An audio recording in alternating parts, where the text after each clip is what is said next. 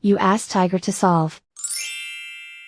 This deals with linear equations with one unknown. The final result is y equals 2/3. Let's solve it step by step. Simplify the expression. Expand the parentheses. Multiply the coefficients. Simplify the arithmetic. Group like terms. Simplify the arithmetic. Expand the parentheses. Multiply the coefficients. Simplify the arithmetic. Group like terms.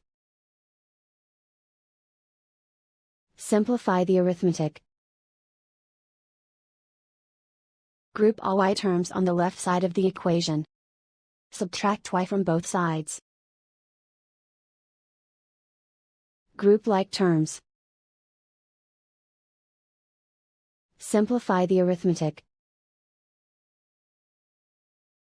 Group like terms. Simplify the arithmetic. Group all constants on the right side of the equation. Add 4 to both sides. Simplify the arithmetic.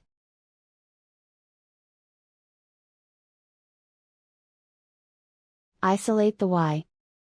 Divide both sides by 9. Simplify the fraction. Find the greatest common factor of the numerator and denominator.